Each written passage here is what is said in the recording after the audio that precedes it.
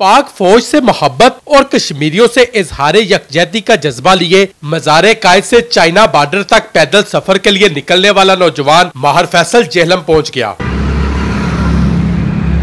माहर फैसल ने voice of Jhelum से खुसूसी गुफ्तगू करते हुए बताया कि 37 रोज कबल मज़ार कायद से पैदल सफर करता हुआ जेहलम पहुंचा हूं। मेरा ख्याल है कि मजीद 40 दिन तक चाइना बॉर्डर तक पहुंचने में लग सकते हैं। मैंने कराची मज़ार कायद से 18 सितंबर को ये पैदल सफर शुरू किया।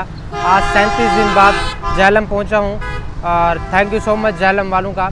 और आगे मुझे जाना है खुंजराब पास, जो मजीद 40 से 45 दिन लग जाएंगे। 18 सितंबर को पैदल सफर का आगाज करने वाले माहर फैसल का कहना था कि दुनिया को पैगाम देना चाहता हूं कि पाकिस्तान पुरअमन मुल्क है। माहर फैसल का कहना था कि मैं पाक फौज के शोहदा को खिराजे तहसीन पेश करता हूं और ये बताना चाहता हूं कि कश्मीर पाकिस्तान का अटूट अंग है। ये मैं सफर पीसफुल पाकिस्तान के लिए निकला हूँ ताकि लोगों को पता चले कि पाकिस्तान पुरअमन मुल्क है।